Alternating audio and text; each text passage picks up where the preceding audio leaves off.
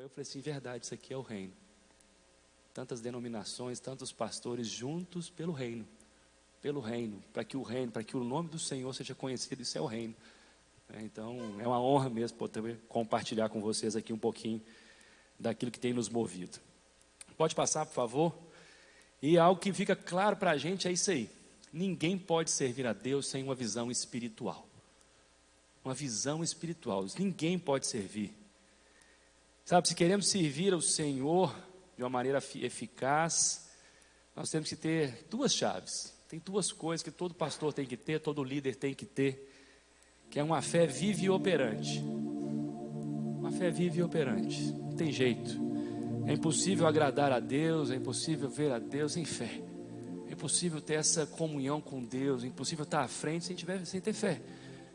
Mas a segunda chave é uma visão espiritual. É impossível servir a Deus, é impossível percorrermos uma trilha sem uma visão, sem algo que nos conduza, sem algo que nos direcione. E da onde vem essa visão? Da onde essa visão surge? A visão surge de uma experiência profunda com Deus. A visão surge mesmo de algo que o próprio Deus nos dá, de algo que a gente experimenta nele, de uma comunhão com ele. E por isso, pode passar, nós temos o exemplo de Abraão, que tudo começou quando Deus glorioso apareceu a Abraão, quando ele ainda estava na Mesopotâmia. Ele disse: sai da sua terra, sai do meio de seus parentes, do meio de seu povo, e vai para uma terra que eu vou te mostrar. Abraão teve uma experiência com um Deus desconhecido, que direcionou ele: sai daqui, vai para uma terra que eu vou te mostrar. Logo depois ele diz: eu vou te fazer pai de multidões, pai de nações. E ele foi. E Abraão nunca mais foi o mesmo.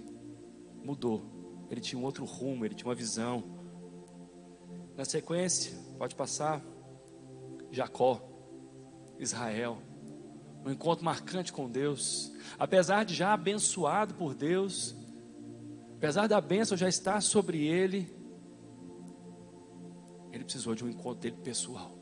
Ele precisou de algo que mudasse mesmo a história do Jacó, aquele enganador, aquele que dava jeitinho em todas as coisas, para Israel, o príncipe. Uma mudança a partir de um encontro com Deus, que ele diz: vi a Deus face a face.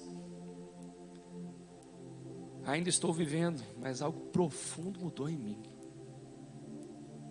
É um novo homem, é um Israel. Ele sabia, ele tinha um chamado, ele teve uma visão, algo claro que mudou a história dele. Pode passar.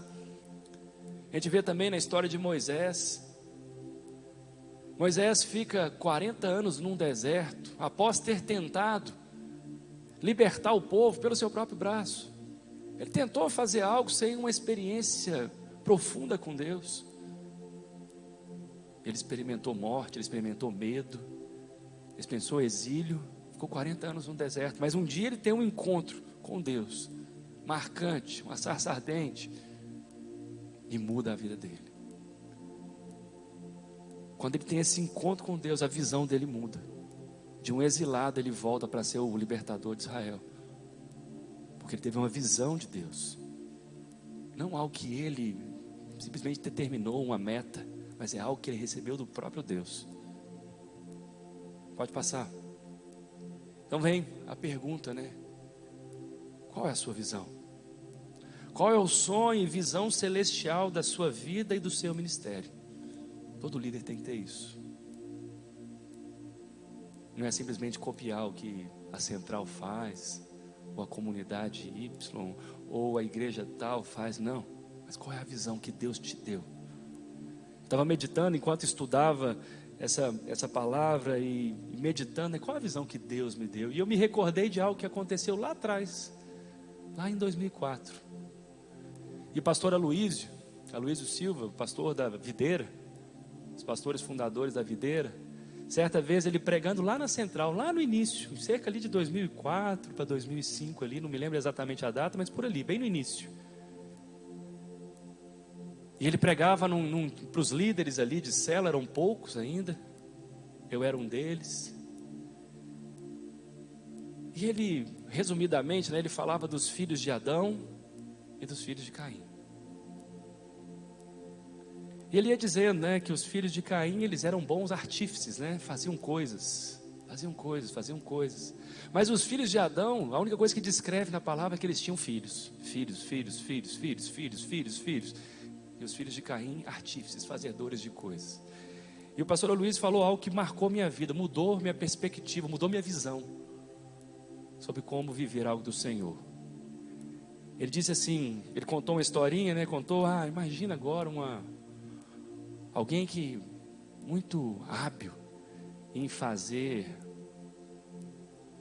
um bom confeiteiro, em fazer bolo, em fazer quitutes gostosos como esse que a gente tomou um café aqui. E passou a vida inteira se esmerando, treinando para poder fazer o melhor bolo, o bolo mais gostoso para entregar para o Senhor. Para o dia que estivesse na glória, entregasse aquele melhor bolo, o mais bem preparado de todos, perfeito para o Senhor. E o pastor Luiz ia desenvolvendo ali e disse, imagina aquele dia então, foi para a glória, e preparou o melhor bolo e entregou para o Senhor, o melhor bolo, o melhor, perfeito. E o Senhor disse, eu não gosto de bolo. Aquilo me chocou, eu falei, como assim? Eu não gosto de bolo. Eu fiz, foi o melhor, né? Mas não é isso que me agrada. E o pastor Aloysio trouxe, o que o Senhor gosta? O Senhor gosta de filhos. O Senhor gosta de pessoas. O Senhor gosta de gente. O Senhor gosta de uma multidão incontável diante do trono. Toda tribo, língua, raça e nação. Ele quer isso. Isso mudou minha visão. Eu falei, é isso.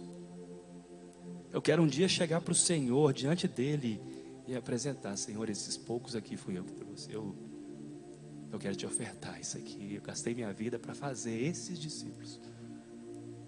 E mudou minha visão, mudou minha forma de viver. E desde então, eu não parei mais de liderar. Um dos dons que eu não tenho é de evangelismo. Eu não sou um evangelista. Posso ensinar, posso pregar, posso liderar, mas evangelismo não é meu forte. E eu fico pensando, se não fosse uma célula, se não fosse esse propósito intencional de abrir minha casa, como é que eu ia fazer discípulo? Estava fadado ao fracasso, não ia dar, meu Deus, porque eu não tenho esse dom. Eu tenho certeza que muitos aqui têm, que falam e as pessoas vêm à frente e se entregam aos prantos, e eu fico olhando, meu Deus, me dá esses aí depois que eles caírem no chão, me dá eles, que eu conduzo eles bem demais, mas eu não sou daqueles que fazem isso tão bem. E a célula tornou isso possível. Método? Não. Visão de Deus. Qual que é a visão que você tem? Qual é a visão celestial que o Senhor te deu? Que o Senhor te tocou, que Ele te chamou, que Ele te convidou. Era Jacó, se tornou Israel. Era Moisés exilado e se tornou líder. Qual é a sua visão? Sem isso é impossível. É essencial você ter uma visão espiritual de servir ao Senhor para frutificar. É essencial isso. Sabe, a gente precisa ser capturado pela visão do Senhor para nós. Não é uma visão minha, não quero ser grande. Para quê? Porque se eu for grande, o que eu vou apresentar para o Senhor? Eu vou apresentar o melhor bolo para Ele. Ele não gosta de bolo. Ele já tem tudo. Ele já tem todo o ouro, toda a prata. As ruas lá são de ouro. O que eu vou apresentar para Ele? A única coisa que Ele escolheu não ter: o coração do homem.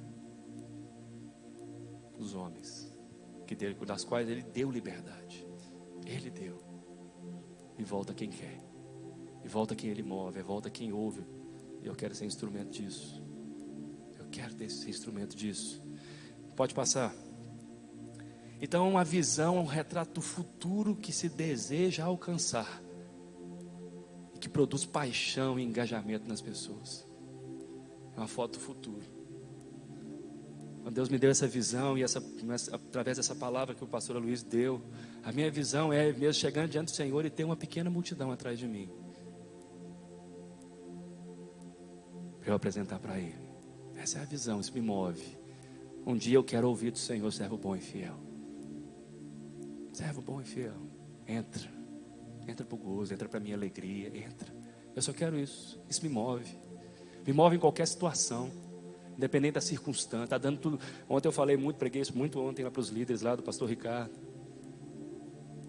Independente da circunstância, está tudo dando certo, eu continuo fazendo. Está tudo dando errado, está tudo pesado, eu continuo fazendo também. Por quê? Porque é uma visão, me gerou paixão, mudou minha vida. Não é circunstancial. Tem pandemia, eu faço. Sem pandemia, eu faço também. Tem que ficar em casa, eu faço. Pode sair, eu faço. Eu faço. Por quê? Porque é o Senhor que me move, isso me gera engajamento. E isso gera engajamento naqueles que andam comigo. Eles estão todos comigo. Sabe, tem uma visão física, né? Tem a nossa visão. É tão abençoador, não é? Pensa viver num mundo em que a gente tem essa limitação. É tão difícil de pensar, né? Por quê? Porque a visão nos mostra caminhos. A visão nos dá perspectiva de onde vamos chegar. A visão nos dá discernimento. A visão espiritual, a visão espiritual também nos dá isso. Perspectiva, percepção, discernimento daquilo que é do Senhor, daquilo que o Senhor quer, daquilo que o Senhor quer fazer. E às vezes a gente tem uma visão, a gente deseja ter uma visão de Deus, algo de Deus, mas às vezes a gente se sente como aquele cego, Bartimeu. E quando soube que Jesus ia passar, ele começou a gritar: filho de Davi, filho de Davi. Ele começou a gritar, fazer um escândalo para chamar a atenção do Senhor. Mas aqueles que estavam ao redor dele falavam o quê? Silêncio. Isso não é para você não. Para. Muitas vezes a gente tem uma visão do Senhor e ao nosso redor está isso não é para você não. E está errado. É para você. É para você. É para quem quiser. Conversava também ontem com o pastor Ricardo. Qual que é a mão de obra que a gente usa? Qual que é a mão de obra que a gente trabalha numa igreja em célula? São os mais aptos, os mais maduros, os mais conhecedores, os que têm mais tempo de igreja? São eles? Talvez. Por quê? Porque se não tiver um ingrediente essencial, nada disso vale nada. O que é? Disposição. Eu posso ser o mais apto, o mais maduro, o que tem mais conhecimento, tem mais tempo de caminhada, mas se eu não tiver disposição de ser usado pelo Senhor, nada acontece. Nada acontece. Nada, porque o Senhor não invade, o Senhor não toma. Ele nos convida gentilmente: vamos, larga tudo e vem. Muitas vezes o nosso redor diz: não, não vai, não pode, não, isso não é para você, isso é só para o pessoal lá da central, isso é só para o povo lá de Belo Horizonte, para alguns poucos, como o pastor Ricardo aqui em Campo Verde. Mas não é para todo mundo, é para todo mundo, é para todo que se dispõe, porque a visão é dele, a visão não é da central, a visão é do reino. O fruto não é nosso, o fruto é dele. Se nós damos fruto é porque estamos conectados nele. Sou só canal. Eu só sou um canal. Pode seguir? Então a visão é a arma mais poderosa da liderança. A visão é a coisa que tem mais poderosa do Senhor. Sem visão é como se a gente fosse para uma guerra desarmado. Por quê? Porque eu fico exposto aos ataques e não consigo me defender, não consigo contra-atacar, não consigo avançar, porque às vezes eu estou andando na visão do outro. Eu estou querendo o método que o outro fez. O que você fez então para fazer a sua igreja crescer? Não, não é isso. É o que o Senhor fez em mim e está gerando resultados. Está gerando resultados. Por quê? Porque o que eu recebi do Senhor tem me movido, tem sido a arma que tem derrubado os portões do inferno. Porque as portas do inferno não prevalecerão contra a igreja. É promessa dele já. Mas é porque ele me deu as armas para derrubar as portas. Ele me deu, ele me mostrou, ele me levou, ele está me conduzindo. Então, você pode sonhar. Você pode sonhar. Você pode ter as visões do Senhor. Você pode. É para Ele que Ele quer dar. É para você que Ele quer dar. Ele quer te dar isso. Ele quer despertar. Não para um método. Volto a insistir, por favor, não é método, mas é algo do Senhor. Pode seguir. Então, tudo passa pelo líder, né? E líder é uma pessoa que influencia pessoas a agir num propósito. É como aquela imagem ali do fósforo, né? Se eu acendo um fósforo tão perto do outro, o que vai acontecer? Uma ignição em cadeia, né? Que não dá para parar. Vai acontecer. Ela vai ser impulsionada. Por quê? Porque um líder incandescente, um líder em chamas, ele vai incendiar outros. Ele vai incendiar quem está à sua frente, quem está perto. A visão passa, a visão ela se alastra e vai tornando cada vez mais a visão de cada um. O pastor Paulo Mazzoni, ele teve sim uma visão de Deus que moveu a transição da igreja central em Belo Horizonte. Mas hoje eu olho para as células, eu olho para essa visão, e essa visão não é uma visão do pastor Paulo, tão somente, mas é a minha visão. É a minha visão. Independente dele, eu continuo na visão. Independente dele, eu quero cumprir a visão que o Senhor me deu. E juntos, nós vamos vivendo isso. Não vivo a visão dele, eu vivo a visão que Deus me deu, porque também sou chamado por ele. E assim o líder vai influenciando. Assim a gente vai influenciando. Pode passar. Então a gente tem essa definição clássica de liderança, e a gente pode fazer esse gráfico aí, né? Em que o líder ali, o mais escuro ali, azul, ele influencia as pessoas para alcançarem um propósito. E assim ele vai vivendo esse ciclo. Líder influenciando pessoas para alcançarem propósitos. Isso vai motivando e vai gerando essa cadeia de liderança. O líder cheio de caráter, cheio de autoridade, influência, ele vai influenciando outros a alcançarem um propósito. Pode passar.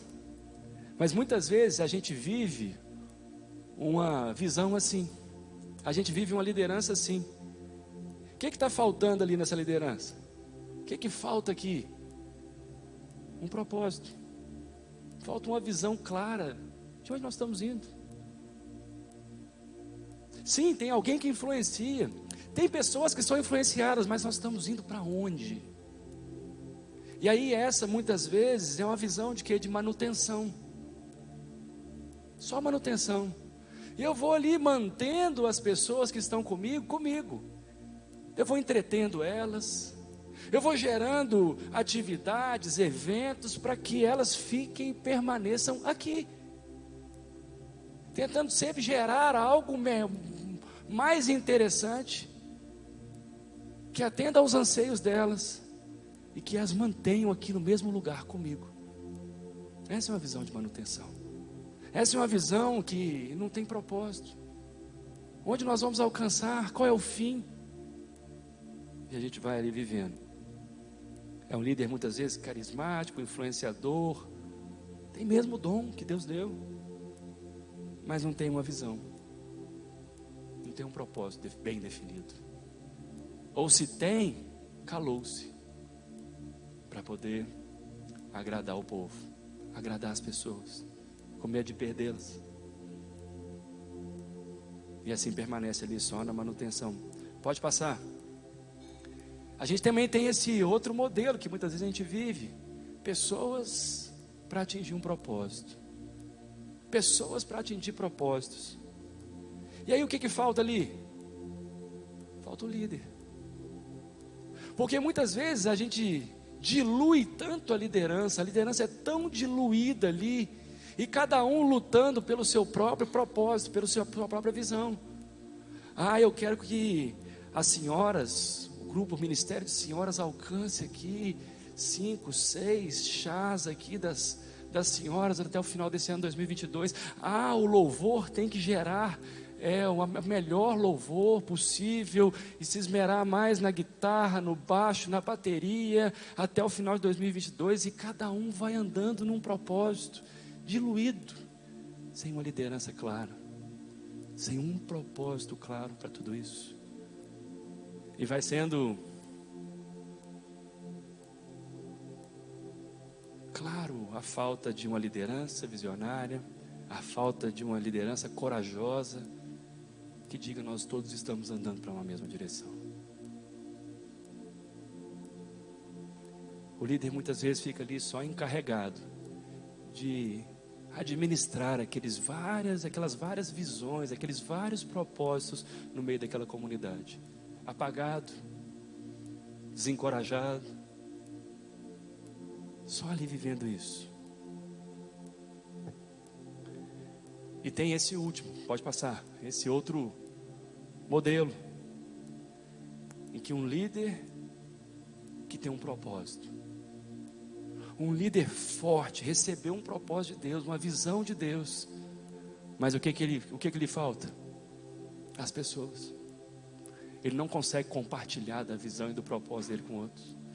Ele não consegue influenciar outros a alcançar esse propósito. E vai agindo ali autonomamente, sozinho. Às vezes é ele que faz tudo na igreja, tudo.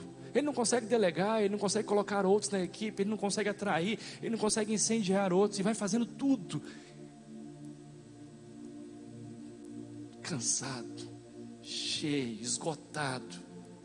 Porque ele tem um propósito para cumprir, mas ele tem feito isso sozinho, sem influenciar outros. Normalmente são líderes geniais, extraordinários, fortes, mas tem feito tudo sozinho. Tem feito tudo sozinho. Pode passar. Mas a liderança que o Senhor quer para nós é essa: um líder que influencia pessoas, e juntos eles alcançam um propósito. Juntos, multiplicando, sabe? Um líder visionário, um líder corajoso, que recebeu uma visão espiritual, uma visão dos céus, uma visão do Senhor. E ele tem influenciado os seus liderados, a sua igreja, as suas ovelhas a alcançar esse propósito. Isso é liderança. Essa é a liderança frutífera, essa é a liderança que traz propósito, que traz realização, que traz alegria, que traz frutos, que honra ao Senhor.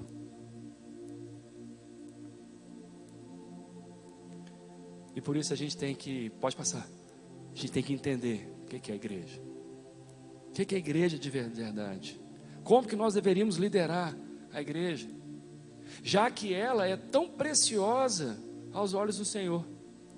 Custou o sangue de Jesus. Como então nós precisamos entender o que é a igreja do Novo Testamento? E a gente tem que tirar muitas vezes os paradigmas históricos. Pode passar. E entender de uma vez por todas que a igreja somos nós.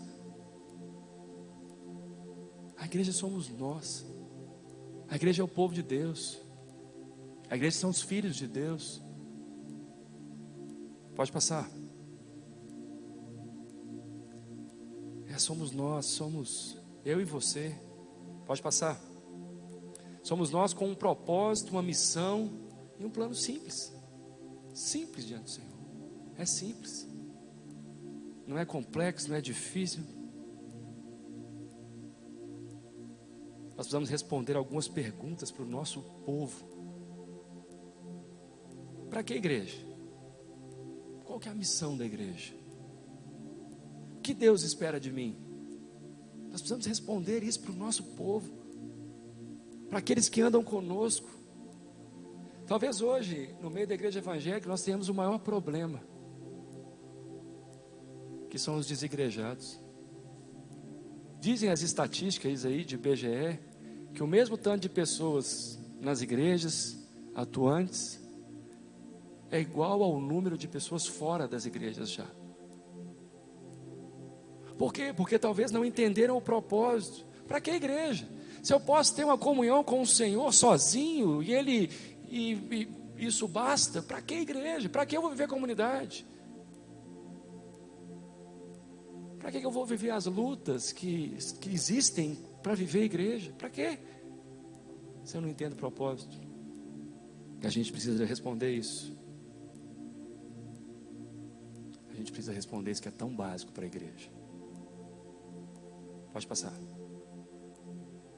Então a gente tem que deixar claro, a igreja não é prédio. A gente utiliza prédios, mas a igreja não é isso. A igreja vai além dos prédios. Na velha aliança, sim, existia um prédio, existia um local, existia um tabernáculo, depois um templo, que marcava sim a presença, mas hoje não. Hoje não. E a gente precisa deixar isso claro. Como a palavra nos diz claramente que Deus não habita em templos feitos por mãos humanas. Os prédios nos servem, mas os prédios não são a igreja. Eles servem a igreja. Se tirar esse prédio aqui, a igreja acaba? Não, nós podemos reunir ali no lote em frente, ou na praça, ou talvez nas matas, escondido, como se faz em muitos lugares do mundo, e continua sendo igreja. Continua tendo o poder de Deus, continua tendo presença, continua tendo propósito, continua tendo unção, do mesmo jeito, às vezes até maior. Então a igreja não é prédio. Pode passar. A igreja é o pastor? A igreja é a liderança? Não. Não somos nós. Não somos nós a igreja. Vai continuar tendo a igreja se eu não estiver aqui? Se você não estiver, vai continuar existindo a igreja? Vai. Que triste, né? Pô, mas se eu não tiver, vai continuar? Vai. Se eu não tiver a rede que eu lidero lá na central, se me faltar, se o Senhor me recolher, se o Senhor me levar, vai continuar essas mais de 800 pessoas que eu lidero através dessas células, elas vão continuar sendo igreja? Vão. Sem o Rodrigo? Sério? Sério, sem o Rodrigo, sem você, a igreja continuar sendo igreja. Vai continuar. Pode passar. A igreja é a música, né? São os ministérios, é esse louvor gostoso, é esse momento gostoso que a gente tem de festa, esse louvor, é esse momento gostoso de adoração, é isso que é a igreja? Não. Se tirar tudo, todos os instrumentos, continua sendo igreja? Continua sendo igreja. Até porque em muitos lugares do mundo, a igreja tem que falar baixo, porque se for ouvida à distância, acabou, morre. E lá é a igreja também? É a igreja do mesmo jeito. Pode passar. A igreja são as tradições, aquilo que nos passaram, mas sempre foi assim. Ah, mas tem que ser assim, eu aprendi assim, fiz seminário, eu aprendi, é assim que tem que ser.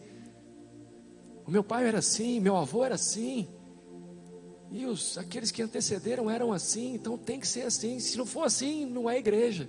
Será? Será? Não são as tradições. Não são as tradições. Pode passar. Os ministérios, já disse, são as crianças, os jovens, os adolescentes, as famílias, a terceira idade. É isso que é a igreja? Não. Posso tirar tudo isso e continua sendo igreja. Posso não ter ministério nenhum e continua sendo igreja. Então, pode passar.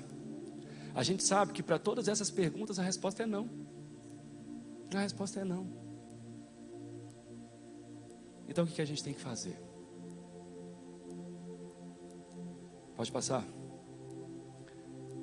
Toda igreja tem a obrigação de ajudar aos seus membros a descobrirem e a cumprirem o propósito de Deus, capacitando-os e mobilizando-os através de um plano simples. A visão celular é bíblica e simples. Simples. O que a gente faz? Desperta as pessoas, influencia as pessoas aqui, a cumprir o propósito de Deus na vida delas. Que qual é? Fazer discípulos, levar outros ao conhecimento do Senhor, trazer os filhos pródigos à casa de volta do Pai. Só isso. Simples. Quando? Sempre. Sempre. Todo tempo. Então é muito simples. É cada crente um ministro, cada casa uma igreja. Uma visão simples. Mas eu posso, e eu pensava nisso em 2004, eu tinha 1 ano e pouco de convertido. Mas você. Com o que você já sabe, com o que você já tem, com o treinamento que você recebeu e com a unção do Espírito Santo, vai fazer discípulo. Vai ensinar outros a se tornar como você. Vai ensinar outros a serem discípulos do Senhor, vai. Mas é tão novo assim, não tem todas as respostas. Pode ensinar alguma coisa que não seja correto. E eu ouso perguntar para você, você tem todas as respostas? Você já ensinou alguma coisa que hoje você se arrepende? E não é. Se a gente for esperar, a gente está pronto, perfeito. Nenhum de nós estava aqui como pastor.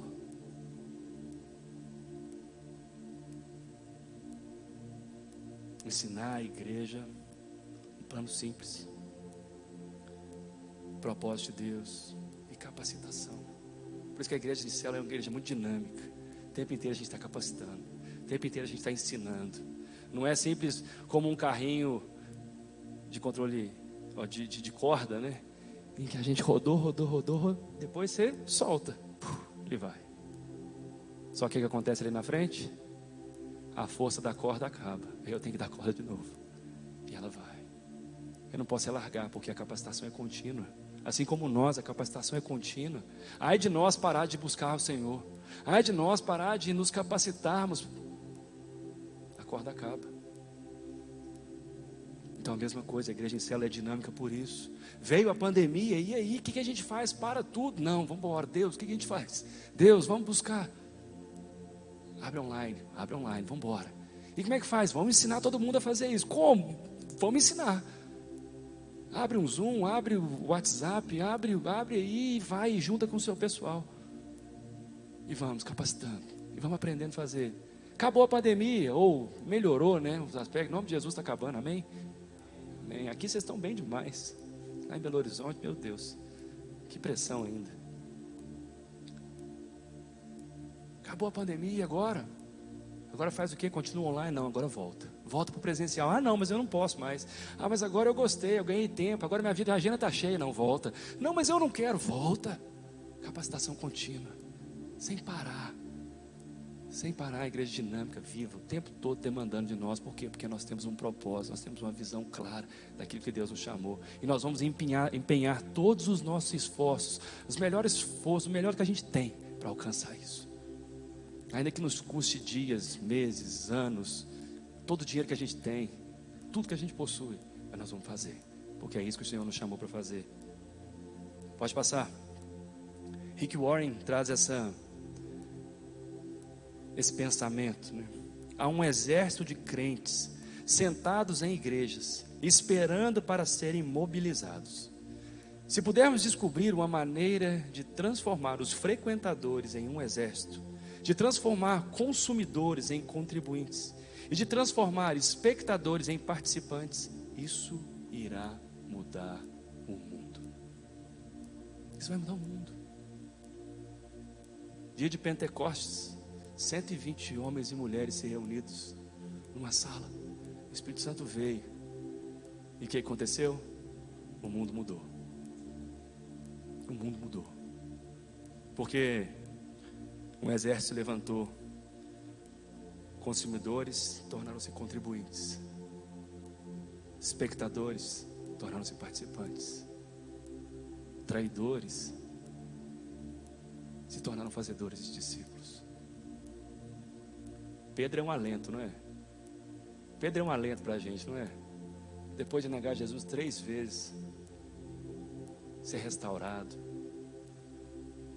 e ser feito das colunas da igreja. Meu Deus, isso traz um alento, não traz? Eu sei para você, mas traz um alento no meu coração.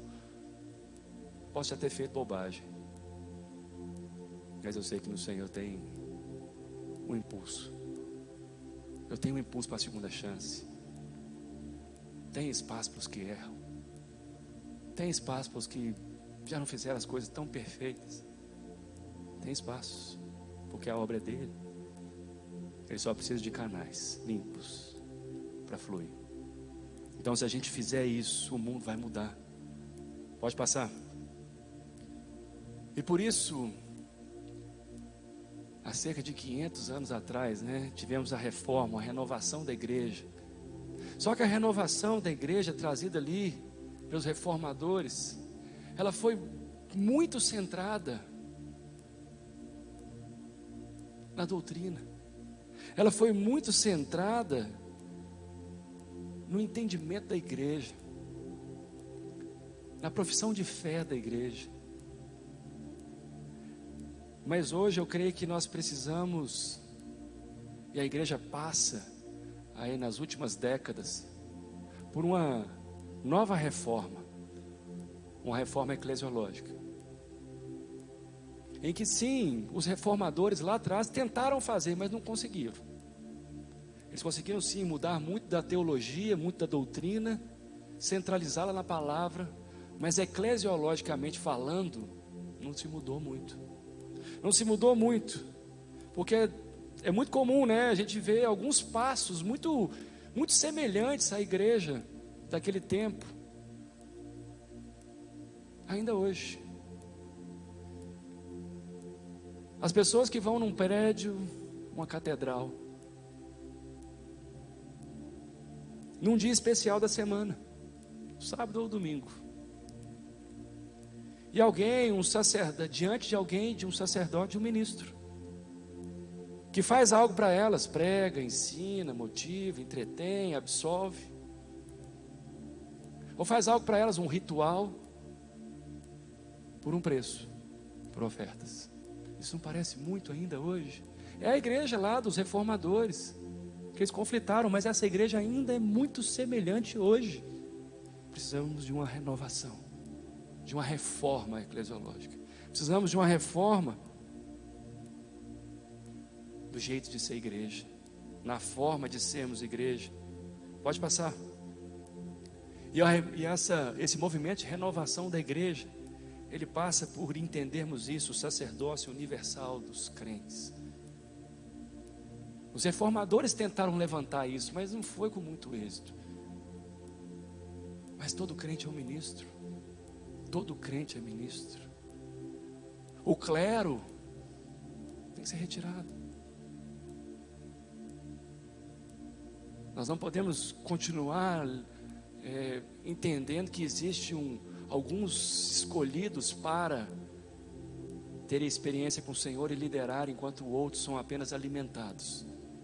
Mas todo crente, ele precisa ser alimentado, mas ele também precisa alimentar a outros. Uma reforma no jeito de ser igreja. E a igreja tem feito isso. Pode passar. Uma igreja, uma reforma que leve ao evangelismo e ao discipulado pessoal. É impossível continuar a permanecer de uma igreja que depende de uma pessoa para discipular centenas.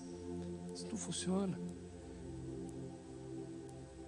Se precisássemos visitar e acompanhar uma igreja como essa aqui, o pastor estava cansado, pebado, para cuidar de tudo isso sozinho. Por quê? Porque se cada um precisa ser evangelizado, conhecer o Senhor, e precisa ser discipulado pessoalmente, acompanhado, como Jesus fez com os seus, andando junto, comendo junto, dormindo junto, visitando aos outros juntos. Meu Deus, como é que faz isso sozinho? Pode passar. Um movimento de igreja que leve a pequenos grupos. Atos 2, finalzinho do capítulo. Eles se reuniam diariamente no templo e de casa em casa. Pequenos grupos. Existe a comunhão maravilhosa do culto, da igreja, de toda a família junta, aprendendo, recebendo alimento. Sim, isso sim, é uma igreja de duas asas. É a asa do culto, da celebração. Mas por outro lado, a asa do pequeno grupo. Por quê? Porque no pequeno grupo tem algo que não tem na grande celebração, que é intimidade, que é abrir o coração, que é conhecer as dores dos outros. Em que hoje eu estou orando pelo William e abençoando a vida dele, lutando por algum propósito dele, mas amanhã ele está orando por mim. E depois nós dois estamos orando pelo outro. E assim a gente vai. Por quê? Porque a gente está próximo. Porque a gente se torna família. A gente se torna pequeno o bastante para se importar, mas grande o bastante para impactar. Pode passar. Tem que haver uma descentralização. Não está tudo na mão do pastor. Pensa num negócio que custa caro, é isso aqui, né? Custa caro, né? Abrir mão, mas como assim? Mas como é que eles vão fazer, né? Mas eu tenho que descentralizar. Sabe por que eu tenho que descentralizar? Porque o Senhor descentralizou. Ele confiou a pregação do Evangelho para a gente. Pensa num cara ousado, né? Corajoso é o nosso Senhor. Você faria isso? Você faria isso? A pregação do Evangelho, a obra da cruz, o anúncio disso, confiado a mim, a você e a cada um que crê. Ele descentralizou. Como que a gente vai descentralizar? Mas eles não sabem o que vão fazer, pastor. Eu acho que Deus pensou assim também. Quando Ele olhou para mim, ele não sabe o que vai fazer besteira. Mas mesmo assim Ele confiou. Ele colocou na minha mão, colocou na sua. Vai, filho, ide, vai fazer discípulo. Mas só que Ele não falou isso só para mim e para você. Ele falou isso para todos os seus discípulos. Subindo aos céus diante de 500 pessoas, Ele disse: vão e façam discípulos. Ele não falou só para os 12. Ele não falou só para os 3, Pedro, Tiago e João, seus mais próximos. Não, Ele falou para os 12. Ele falou para 500 pessoas: vão. Tem que descentralizar a liderança, o nosso ministério, conduzido sim por alguém que recebeu uma visão, mas que vai contagiando outros. Pode passar. Então o modelo de uma igreja em célula é o retorno aos mesmos princípios que levaram a igreja primitiva a transformar o mundo. A igreja primitiva não transformou o mundo porque ela teve grandes templos, grandes prédios, grandes preletores por si mesmos, né? Mas homens e mulheres cheios do Espírito Santo, que ousadamente começaram a pregar. E muitas vezes impulsionados pelas perseguições, foram pregando para mais e mais. Pode passar. Então a igreja impulsionada, a cada crente é um ministro chamado e capacitado por Deus. Cada casa é uma igreja em potencial. Já pensou, pastor, Rondonópolis, com uma casa cheia de Espírito Santo em cada quarteirão? Já pensou Campo Verde? Já pensou Possorel, Cuiabá, Primavera do Leste, todo o Mato Grosso? Cada casa uma igreja. Cada casa cheia do Espírito Santo. Já pensou nisso? Já pensou em todos aqueles amados que você conhece que não tem Jesus se rendendo ao Senhor? Traz para a próxima, né? Talvez seus parentes, talvez os amigos, os vizinhos, os colegas, conhecendo o Senhor.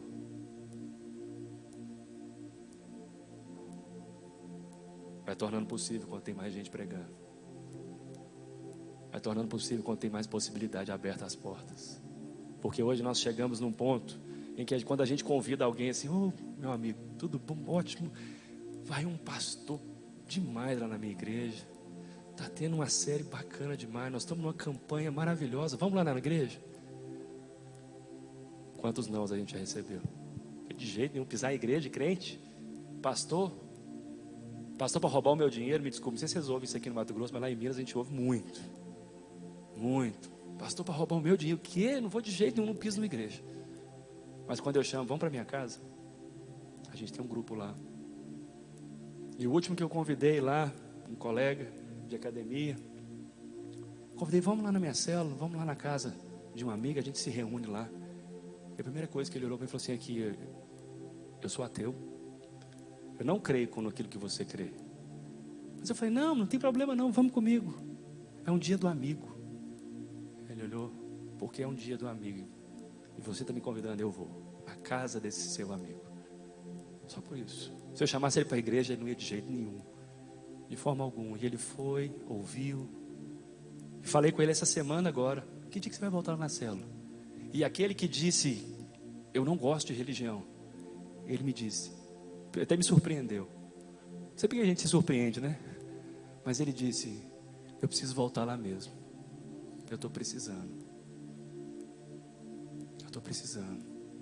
A palavra não volta vazia, está ali semeada, está ali. Por quê? Porque cada casa é uma igreja, são os ministros espalhados. Pode mudar. Sabe, a gente pode perder a maior colheita da história simplesmente pela falta de trabalhadores. O Senhor Jesus já previu isso. A seara é grande, mas os trabalhadores são poucos. Ore, pois, ao Senhor da seara que mande trabalhadores. Eu não sei vocês, mas eu acho que o dia da volta do Senhor está muito próximo. Todas as gerações achavam isso, né? Mas eu acho que a nossa está muito perto desse negócio mesmo, né? Pensando no contexto mundial, né? Essa pandemia, esse alinhamento todo no mundo, meu Deus, tá com cara da volta. Tá com cara de se cumprir todas as profecias mesmo agora. Mas antes que ele volte, tem uma grande colheita para ser feita. E nós precisamos de trabalhadores. Sabe a verdade? Eu e você não damos conta disso tudo. A gente não dá conta de uma Rondonópolis inteira sozinho. Por mais que a gente queira, né? Uma igreja do tamanho de Rondonópolis, do tamanho de Primavera do Sul, do tamanho de Cuiabá, do tamanho de Campo Verde. Queria, não queria? Tem algum pastor aqui que não queria a cidade inteira? Tem algum? Você quer, né? Alguém quer a cidade toda rendida ao Senhor? Na sua igreja? Mas você dá conta disso sozinho? Nós precisamos de trabalhadores. Então a gente corre o risco de perder a grande colheita por falta de trabalhadores. Pode mudar. E tem que ficar algo muito claro. O Joel Kominski diz isso. Joel Kominski é um dos maiores estudiosos sobre igreja em célula do mundo. Ele diz, não é porque as igrejas têm células que elas fazem a colheita. Não é porque elas têm célula. É porque tem trabalhadores para a colheita. É que igrejas que não tem nenhum plano para formar líderes planejam por omissão perder a colheita. Então não é simplesmente, mas você tem célula? Eu tenho. Você tem pequenos grupos? Não, eu tenho. Ok, mas você está gerando líder? Você está gerando alguém engajado, que entendeu que ele precisa fazer outros líderes como ele, que precisa pregar o evangelho e ensinar a obedecer, levar as águas? É isso. Não é o fato de ter um grupo que chama célula. Pode chamar o grupo do que você quiser. PG, QG, o que você quiser. Eu já vi célula de todos os nomes possíveis. Todo nome possível. Não é isso que faz a diferença. O que faz a diferença é ter trabalhadores engajados, que absorveram uma visão, que receberam uma visão e que estão cumprindo um propósito diante de Deus. E isso vai mudar. E isso vai fazer a diferença, e é isso. E se a gente não gera esses líderes, é o que o João Gomes está dizendo aqui. Igreja que não tem nenhum plano para formar líderes, planejam por omissão perder a colheita. perder a colheita, perder aquilo que o Senhor nos comissionou. E por fim, pode passar, o desenvolvimento da liderança é o maior segredo da visão celular, da multiplicação. Às vezes a gente acha que o segredo da igreja em célula é ter um monte de grupo cheio de gente. Não é o segredo. Esse é só o resultado. O segredo é a formação de líderes.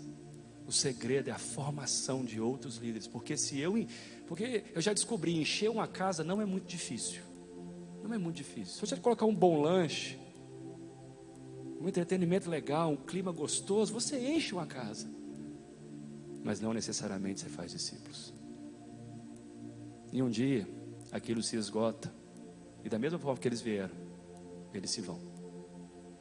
Mas se você faz líderes, se você intencionalmente os ensina, os incentiva, ora, unge e capacita,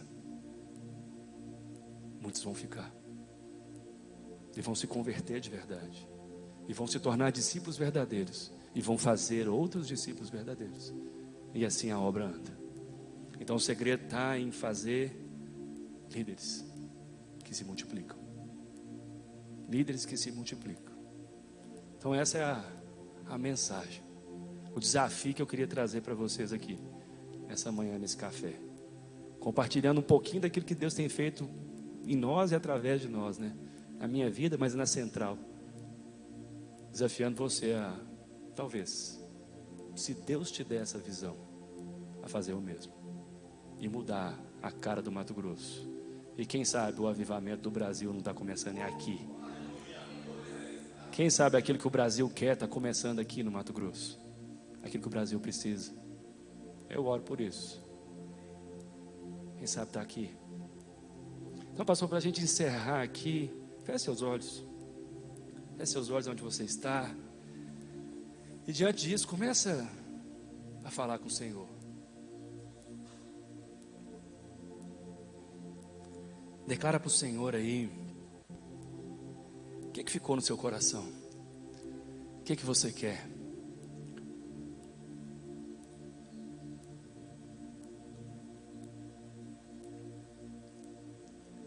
Qual que é a sua resposta para Ele?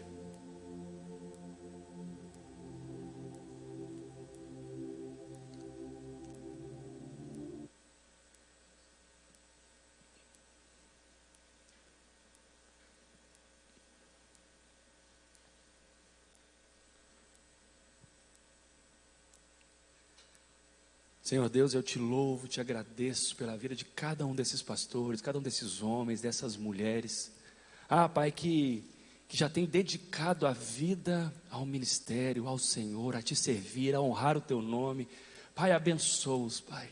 Senhor Deus, fortalece-os, Pai. Deus, dá a eles um renovo, Pai. Aviva-os, dá o teu Espírito Santo, Pai. Pai, que cada dia mais sejam conhecidos pela tua presença na vida deles. Que ao abrir a boca, Pai, Deus, o teu nome seja proclamado de forma correta, de forma a te honrar, Pai.